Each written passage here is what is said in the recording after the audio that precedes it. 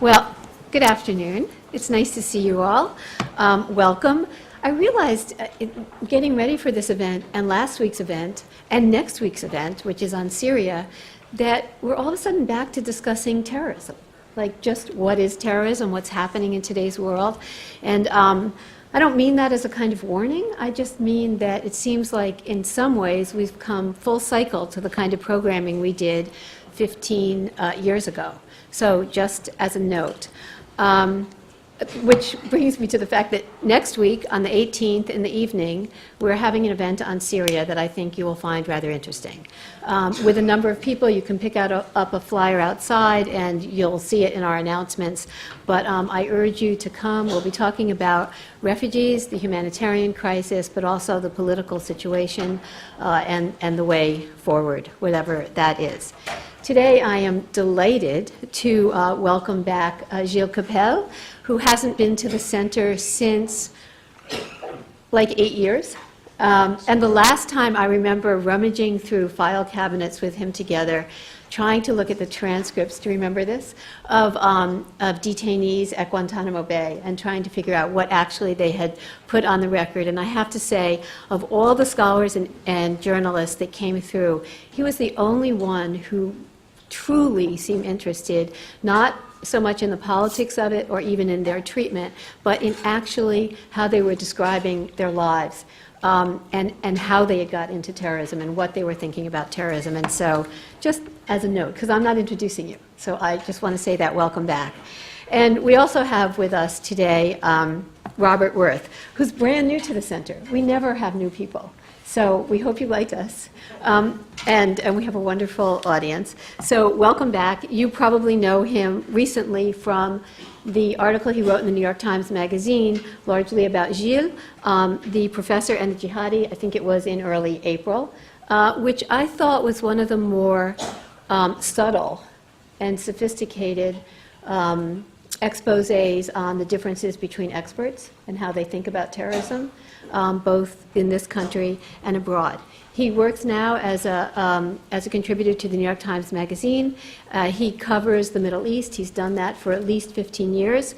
From my understanding, he is trying to spread his wings and do the rest of the world, but I'm just, as a warning, the Middle East isn't going away, so you might have trouble with that. And his most recent book is A Rage for Order, The Middle East in Turmoil from Tahrir Square to ISIS, which came out just about a year ago.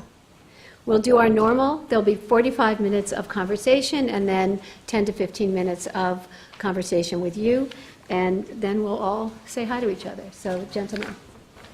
Okay. Well, thank you, Karen.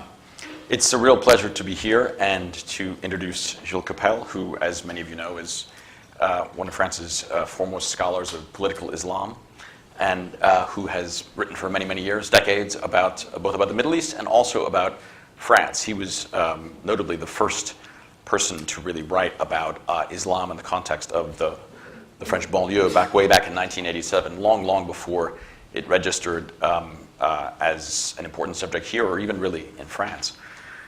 He's written many, many books since then, and most recently has written a couple of books actually since or rather has published a couple of books since the Charlie Hebdo attacks of 2015, which have provoked a very intense debate about jihadism and France. And we're here to discuss the first of those, terror in France. So again, it's a real pleasure to be here with you. And I want to start by saying, I remember reading your book, Jihad, just after 9/11, like many other journalists of my generation, and learning a lot from it about political Islam. At that time, the U.S. was in the middle of what I think was really for the first time, a truly national debate about Islamism and terrorism. And in some ways, there's a parallel to, obviously, France has all kinds of terrorist attacks prior to 9/11. But in the past few years, because of the intensity of what happened on January 2015, there's been something of a parallel to the debate that's gone on in France. And I'd love it if you could talk a little bit, maybe to begin with, about what the parallels might be between the French situation and the American situation. And then obviously there are very stark divergences, a whole context of colonial history and of the sociological aspect of the banlieue that we simply do not have here in the United States. Well, with great pleasure. Thank you, both Karen and Robert, for their very nice introduction. I'm going to try have to live up to the expectations you have raised, which is not easy. Thank you all for coming. I believe that, you know, what happened in New York on 9/11 and what happened in Paris in between Charlie Hebdo, Nice, and the Bataclan attacks sort of epitomized two phases of jihad against the West that stand to some extent in contrast.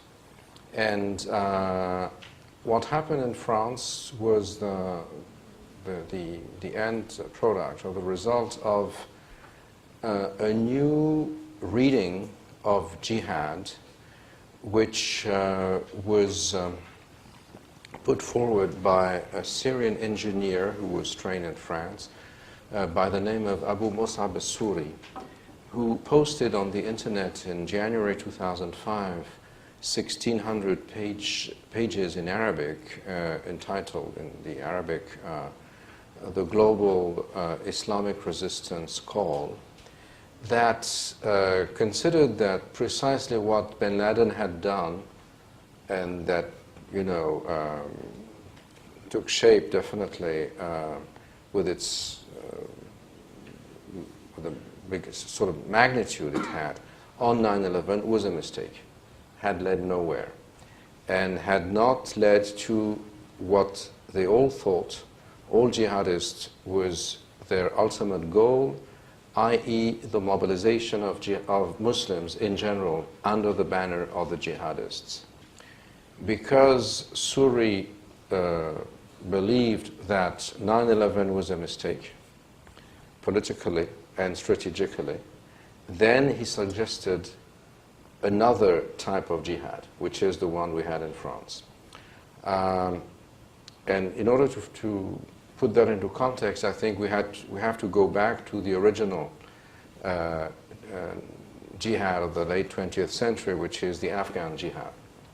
You know, the way I see it is a sort of a, if I may say so, a Hegelian dialectical process, with the first phase of jihad from Afghanistan to Algeria or Egypt from 1979 to 1997, focusing on what they call the nearby enemy, i.e. quote-unquote apostate regimes that have to be downed, and little by little Muslims, true Muslims, the way jihadists see them, would get rid of lackeys of the crusaders and of the infidels, and will re-establish, you know, sort of caliphate, as they call it, in Islamic countries. But after the victory in Afghanistan, which you know, was symbolized by the Soviet Army, or the Red Army pullout from Kabul on February 15, the day after Khomeini's fatwa, 1989, which is why no one remembered it, because Khomeini had pulled the carpet under the feet of the Sunni jihadists on purpose. Then, in spite of this victory, which led to the Berlin Wall fall, which happened on 11/9, and, you know, not 9/11, and, you know, the jihadists are numerologists, they love the symbols, and 11/9 was the end of the old world, and 9/11 was the beginning of the new worlds. And as in so much as Americans had thought that, you know, they could get rid of the USSR with a few thousand freedom fighters who were bearded guys whom they sort of christened, if I may say so, freedom fighters, and get rid of the US at no cost, the USSR close to no cost. Then, to some extent, 9/11 was their, if I may say so, their halal chicken coming home to roost, and which was, you know, this was the way they were paid back. This was how how the jihadists saw it. But in spite of this success, which, jihadists saw as something that showed that, I don't know whether they spoke German, that they thought that jihad was now the zeitgeist. It was the spirit of history, the spirit of the times, and by the same token that the armies of the Prophet Muhammad's successors had first defeated the Sassanid Empire, which was one of the superpowers of the day, and then had turned against Byzantium in order to destroy the other superpower, in order to establish the supremacy of Islam. By the same token, they had destroyed the Sassanid Empire of today, which was the Soviet Union, and then they would turn against the Byzantium today, which was America. And the two blessed raids of 9/11, to some extent, were perceived as the sort of endless raids that were undertaken against Byzantium until it finally fell in 1453. So this is what they had in mind. They had a sort of very enthusiastic way of seeing their functioning in world history. And, after Afghanistan, most of the so-called foreign fighters or freedom fighters, as Mr. Reagan would have called them at the time, went back to their countries of origin, whether it be Saudi Arabia, Pakistan, and notably Egypt and Algeria. And they tried to duplicate the Afghan jihad in both countries, but they failed. They failed because they did not manage to mobilize the masses on their behalf, because they just forgot, but without the Uncle Sam's stingers and without Saudi financing, this jihad that they had sort of seen as their own creation was not much. And this is where bin Laden comes in the picture, because, as of 1997, after the failure of jihad in Egypt and Algeria with the massacres in the Hatshepsut temple in Luxor in Egypt and the massacres close to the Algerian capital in Belt al-Rais at the same months in the fall of 1997. So bin Laden and Zawahiri started to think why they failed, why they had failed. And then they said, because the masses are afraid. The masses are afraid because they think that the West is still the dominant power and they dare not revolt. Therefore, they decided that they had to shift the focus from the nearby enemy to the faraway enemy. Al-adu al-ba'id, as they say in Arabic. And then, they started with the embassy bombings, then the coal, who were just preparations for the big thing on 9/11. And the way they saw it was a provocation. And that, the armies of the infidel West would then invade Islamic countries. They would be defeated. America would come to Afghanistan before that first, then think of Iraq immediately. And that would lead to another Vietnam or another Afghanistan for the Soviets, right?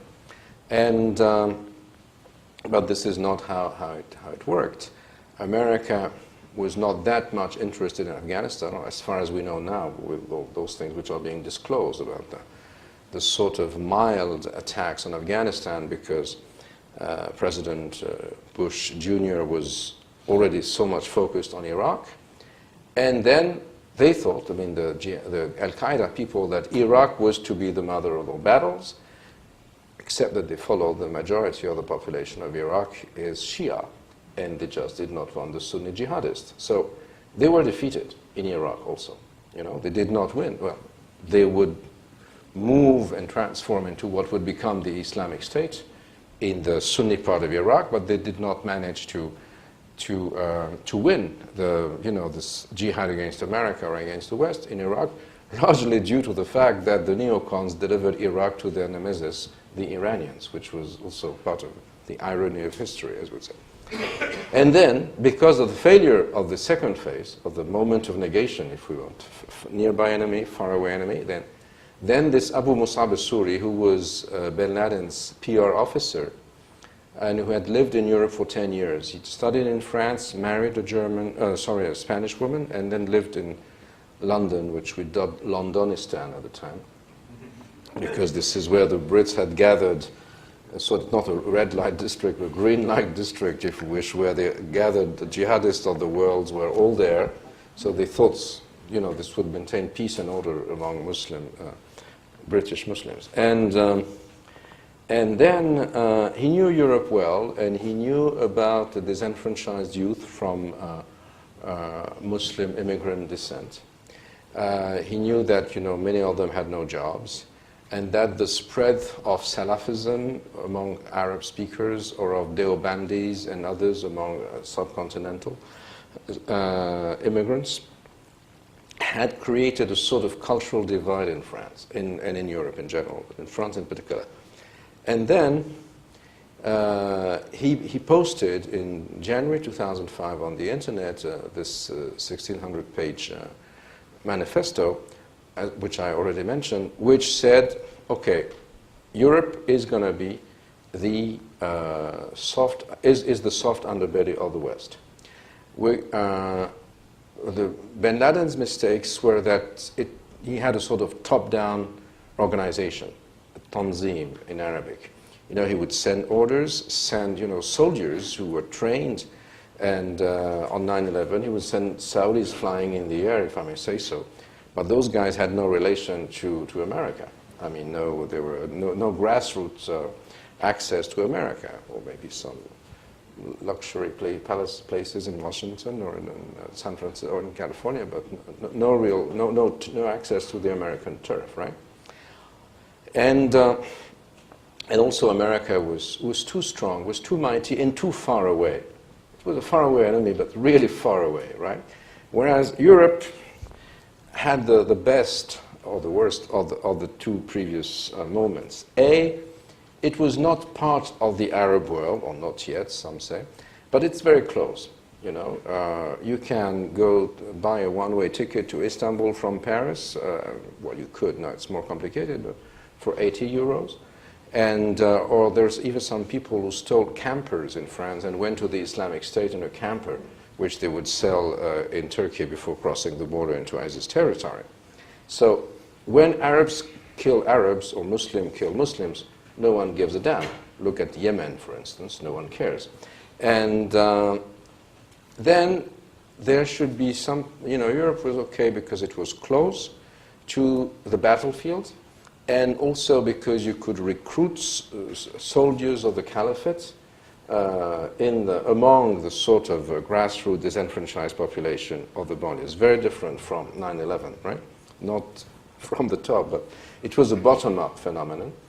And also network-based, because there would not be a sort of Al-Qaeda central command thing that would plan everything. There would be an ideology that they would all share, and then it was left to the locals to identify the targets, to decide how they did, you know. And this network-based phenomenon went under the radar of the secret services, which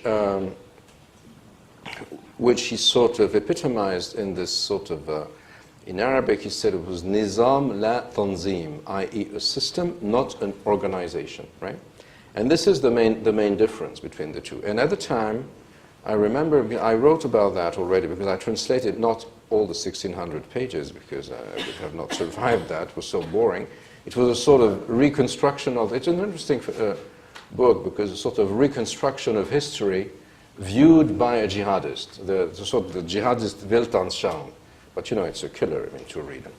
And not to mention translating. And I just translated at the time the main excerpts of it in a book which is in English, which is called Beyond Terror and Martyrdom, which was probably my worst commercial and editorial failure in 35 years of publishing. No one was interested in reading this book in any language, even though, you know, the whole issue of what was happening there was the Cassandras, you know, are not listened to usually. And whether it's in France or in Greece. And so no one took it seriously. And I remember one day I was in London, the Foreign Office, discussing this Suri thing, which I thought was very important. And a guy with a Scottish accent told me, I can't imitate him, told me, you know, it does not work. Because the thought of jihadists as a secret service. It had to be a top-down phenomenon, like they were. Otherwise, they just didn't have the software. And they said, you know, because if you had different groups implementing jihad, necessarily there will be internecine fighting, and the system is going to fall down. And at the time, they were so obsessed with the sort of pyramidal, Leninist bin Laden system. You know, they missed the sort of Deleuze rhizome, or rhizome, how to say in English, phenomenon. And what they missed was that, you know, the book was posted in January 2005. And I always ask my students, but you know, the important thing is what happened on the 14th of February 2005. So they look at their shoes in panic, and usually a Lebanese student raises his hand or her hand and says, this was the day Hariri was assassinated. Said, it's right, it's not the right answer. It took place in America, in California. This is the day, and well, of course, there's one student who says, sir, it was Valentine's Day. I says, you're right. And this was the day when YouTube got its license from California, and the whole world changed, because then you had the possibility for the network-based thing. You know, because from YouTube, Twitter, whatever it's called, Telegram, Facebook, and everything. And you know, 9/11, and then I'll stop, belonged to the satellite television era. It was no Al-Qaeda without Al Jazeera. They needed to have something spectacular that used, you know, the storytelling of Hollywood to catch the attention of TV viewers at the 8 o'clock news, right?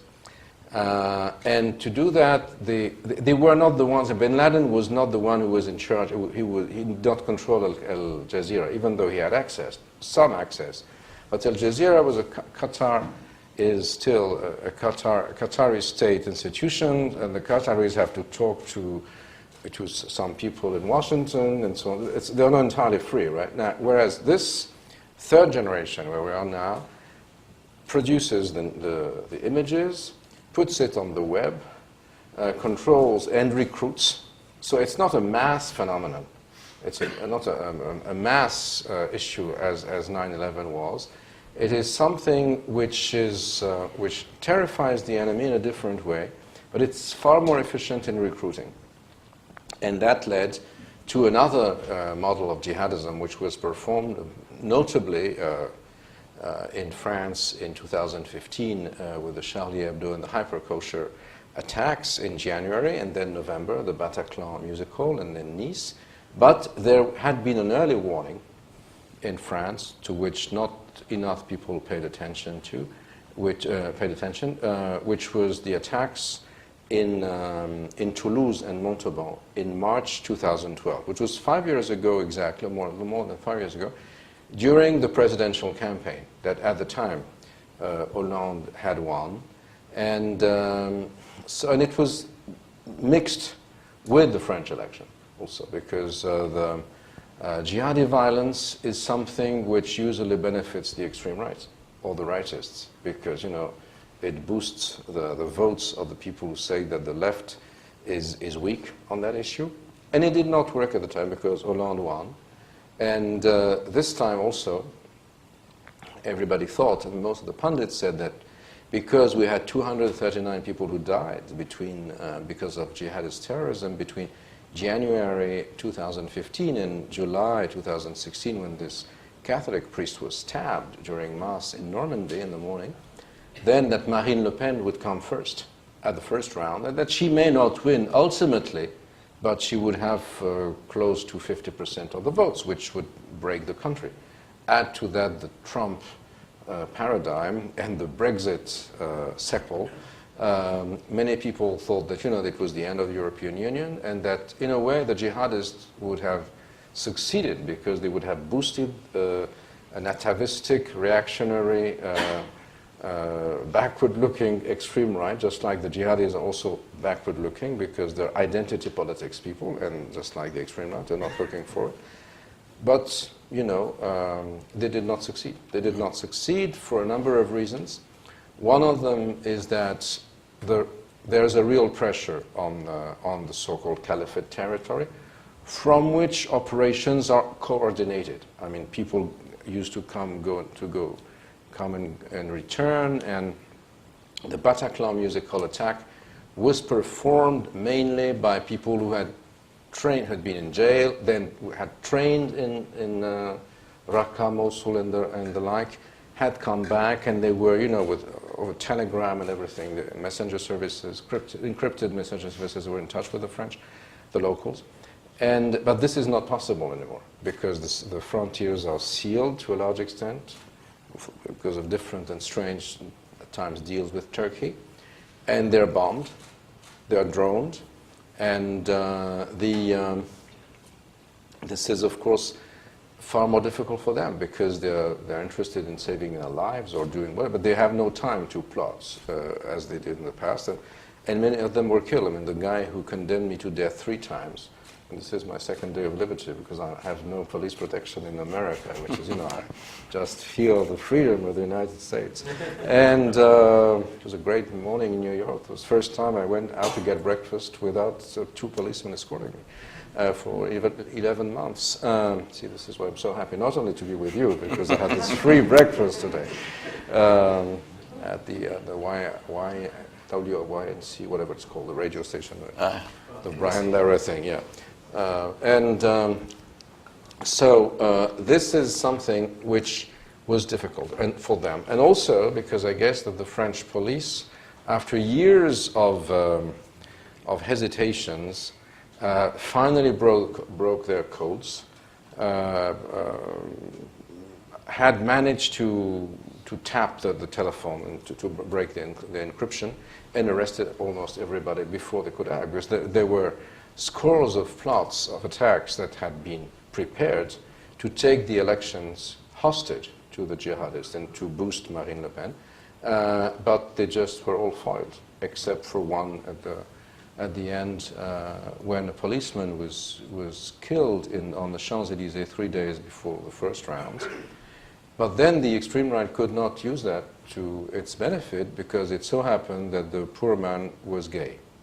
And his funeral, which was very solemn, of course, at his funeral, his partner, who was a French diplomat, made a very moving speech. And the Le Pen family said it was a shame that, we would honor a gay and not a policeman, which sort of mixed up the whole confusion. I know because I spend my life with cops now, so, and they were furious at her, even though, and her father, who did a little more. And because, whatever his sexual interest, whatever, he was part of them. And the fact that she was so divisive showed that, she was not a very good politician, something that her the catastrophic performance she had in the final debate with Macron sort of confirmed. Sorry for being a little long. No. I want to come back to the French election and ask you about that as well, but I wanted to pick up also on something you said a bit earlier, the question of what happened in 2005. Because after all, there was another big event that year, the riots, the banlieue riots in and around Paris, but also in other parts of France, sort of a national event, which got quite a bit of attention here in the US. And I think Americans were somewhat baffled by what it was all about. We knew that a lot of cars were burned, we knew there was a lot of discontent, we knew that it revolved around a sense of disenfranchisement. But after all, I think Americans tend to view this through the lens of our own racial problems. America, yeah. And of course, it's not about race there necessarily. It's more broadly about failures of integration and so forth, and different generations of immigrants and their lives. And I'd love to ask you about that because you, after all, and I'd love to hear from you a little bit about what it was like back in 1987 to be reporting in those places, which of course changed quite a bit, I imagine, from 87 even to 2005 and then to today. You're talking about a very, very big change. And just one quick thing before you begin. As an American, it's fascinating to hear people talk in the banlieue. You expect them to talk straight up about racism, that the left-wing parties there, as they do here, seem to have a lock on that constituency, that sort of they represent anti-racism. And yet there are a lot of people, a lot of Arab background who say, the left abandoned us too. That the left, there was something that needed to be done. It wasn't just a question of opposing racism. there's a phrase I often hear, il faut responsabiliser les gens. You had to sort of take people in, give them responsibilities, and expect something of them. That's a phrase I would often hear. So yes, you're very right, and well, WRIGHT, of course, and and to some extent, Macron has had quite a following in the banlieues, because many people in the banlieues identify as entrepreneurs, not as civil servants, and they would think that the left is interested in putting them on welfare to buy their votes and sort of buy social peace. And therefore, that sort of continues the fact that they are disenfranchised. Well, we go, as you mentioned, I mean, I was privileged in a way because I'm not a fish of the day, as they say in Yiddish, and anymore, and I have a long life of studying those issues, 35 years now. And so in 1985 to 86, I spent a year traveling, after I came back from Egypt, actually, I spent a year traveling in France's banlieue for this book called Les banlieues de l'Islam. Banlieue, as you know, is the only word in French now which doesn't need translation. I mean, in the good old days, it was champagne or parfum or whatever. Now it's banlieue, as you say here. And at the time, there were no Salafists. It had not been invented yet. You see no one with robes or long beards. There were very few, almost no veiled women.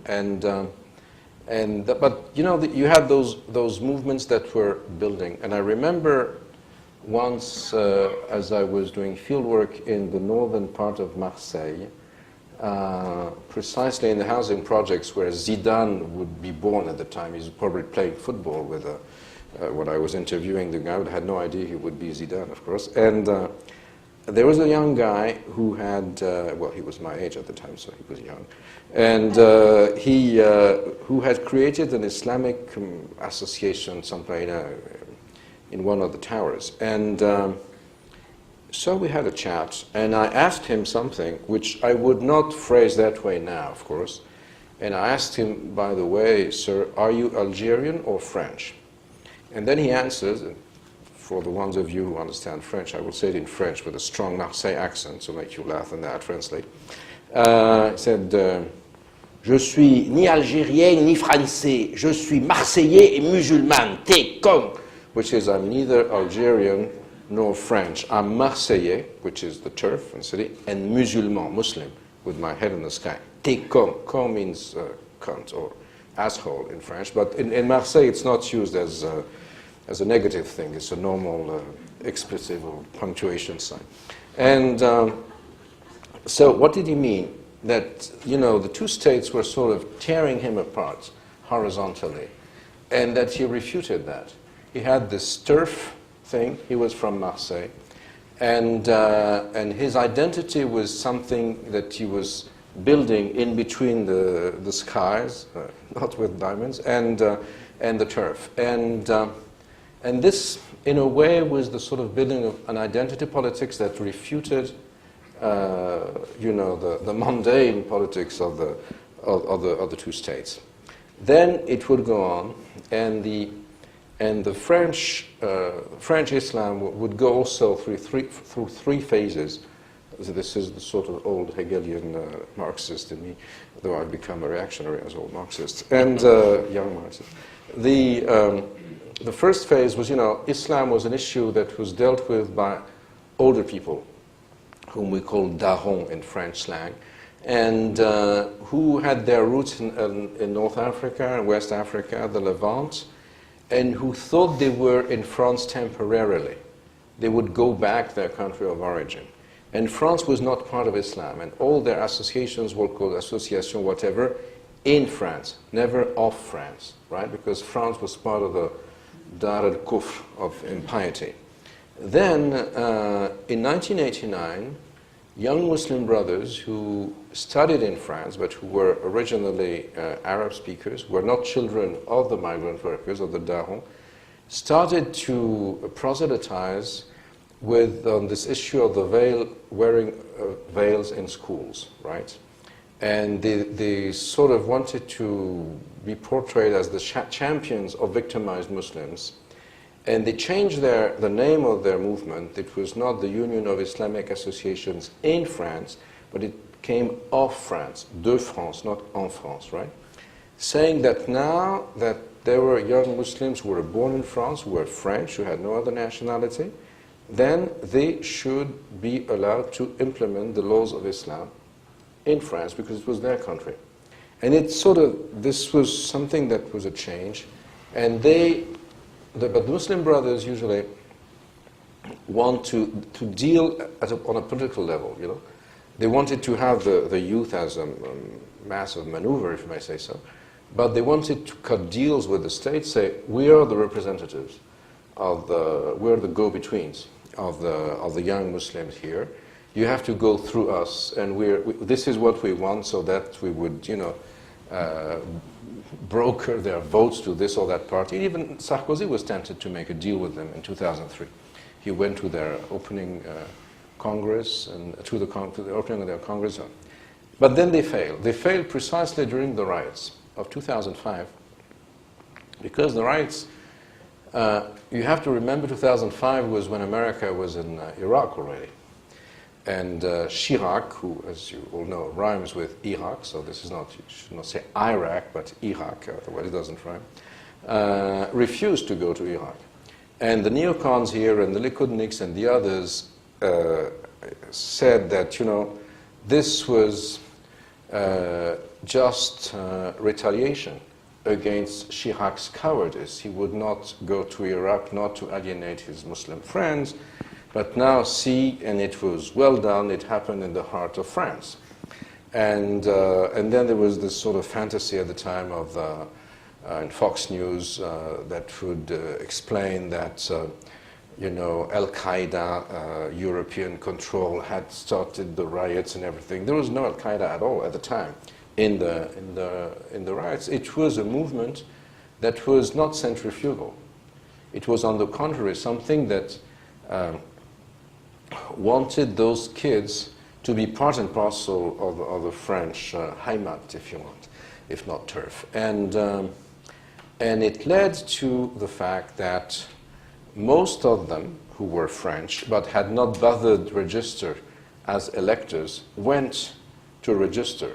And in the next elections of 2007, the presidential elections, the banlieues voted en masse for the socialist candidate Ségolène Royal, but she was beaten by Sarkozy by far, largely because of the banlieue riots, because the French electors in their majority were so panic-stricken at what had happened that they voted en masse for Nicolas Sarkozy, who was Minister of Interior at the time, and who managed to siphon 7 points from the previous Le Pen's, the father,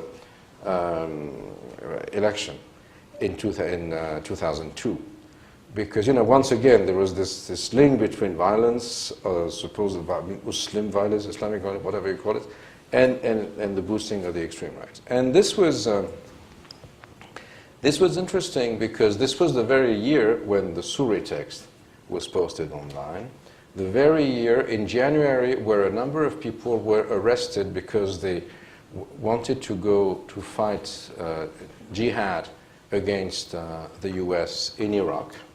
They were put in jail, and 2 of them would be the Kouachi brothers who would perform the attack on Charlie Hebdo years later. And this was also the year of, as I mentioned, the YouTube license in California, and of the attacks in London, right? And at the time, we thought that the French issue was more social, whereas the British issue was more directly linked to jihadism, right? But then, because for 3 weeks, or because the riots started in Ramadan, actually, they went after the end of Ramadan, but they started, and they were linked to some extent. There was no Islamic grammar, but there was some sort of Islamic vocabulary in them, because there were 2 triggers for the riots. The first one was this young man, three young kids, young men, they were 16 or something like that, who rushed back home because they would not like to be late for the breaking of the fast. And they were suspected, they were running. Some people thought that they had stolen something. So the police went after them, and they hid in an electric transformer. Two of them died because of the electricity, and then one was wounded, and there was an immediate sort of upheaval of solidarity in their age group, their peers. But it did not last long, 2 or 3 days.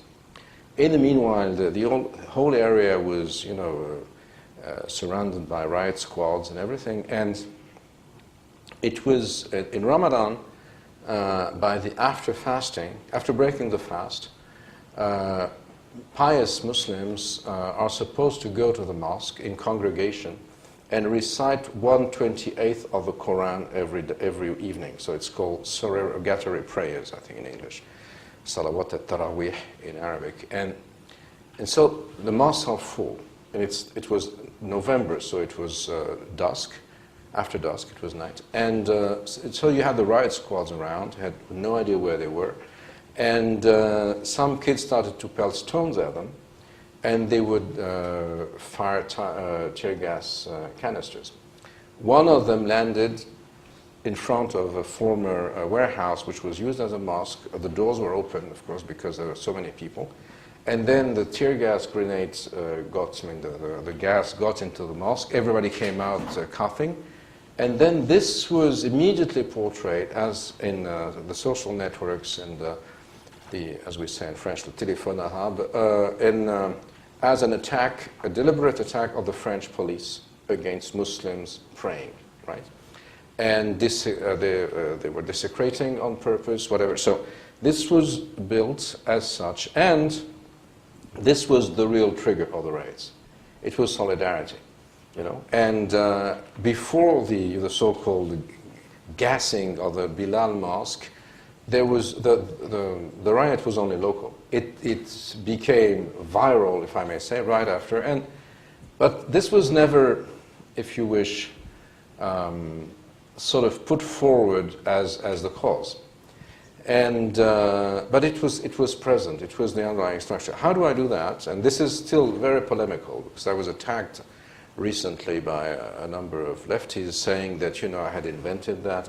Which is not true, because we spent, in 2010, with a team of researchers, we spent 1 year every day at Clichy-Montfermeil, the place in the northern suburbs of Paris where the riots started. And it was 5 years after the riots, which was okay because, people still remembered, but it was already part of history. And they could look at it with a distance, but they were around. Had we done the study in 2005, it would have been impossible because it was, at that time there was it was so emotional. And nowadays, they would have, probably they all have moved to some places and so many things have happened that but this was the right time, five years after. And we interviewed at length 100 people, some who had been taken by the riots, others who had suffered them. And did fieldwork participation, went to schools everywhere. And most of them, and the actors who would trust me, would say, the real trigger was the gassing of the mosque. This is what, but nevertheless, the political conclusion was that, they would not wage jihad, that they would register and vote against Sarkozy, but which was counterproductive because the rest of the country was in panic and voted out of panic for Sarkozy, something which probably tried to duplicate in 2012 after the Merah affair. And just one word about that. When Mohamed Merah, this Franco-Algerian guy from Toulouse, following on Suri's targets, i.e. kill the Islamophobes, so quote unquote, kill the apostates and kill the Jews. This is the trigger for mobilization. And so he started to kill French soldiers from Muslim whom he thought were from Muslim descent. There were some Caribbeans who were not Muslims. So they were profiled, if I may say so. He then went to this Jewish school in Toulouse and killed 3 kids at gunpoint with his GoPro camera, and sent the tape to Al Jazeera, who did not broadcast it, and also the professor. And this happened on the 19th of March, 2012. It was in the preparation of the presidential election campaign, but it was also the 50th anniversary to the day of the implementation of the ceasefire between the French army and the Algerian independence fighters on the 19th of March 1962. And to an extent, Mera, whose family hated France, sort of started again the war, the Algerian-French war, but on French territory at this time. And we don't know whether he did that on purpose, whether it was a matter of coincidence, because he was killed in strange, very strange circumstances by the French police. And the trial has not yet taken place, which is a scandal. I pay taxes, so I want this trial to take place. And because the police has constantly objected. And because what we're going to uncover, maybe after another president, under Macron, will have it. And what was so important was, it's one of the reasons why I guess some people are curious, why France and why not no other countries? Huh? What I call in the book the retro-colonial title, I don't know how they translate it into English, it's ressac in French, when the sea comes back. And fuels jihadism, jihadism builds also on a feeling that you have to settle, you still have a number of accounts to settle for the past, right? Which is, of course, manipulated by some political actors, but this was part and parcel of the reasons why it was so strong in the French case. Other reasons being the real unemployment problem in France, which we hope that our young and new president, the youngest chief of state since Napoleon Bonaparte, when I said that to the BBC the other day, I said, the Brits could be really panic-stricken. And though they ultimately won, but,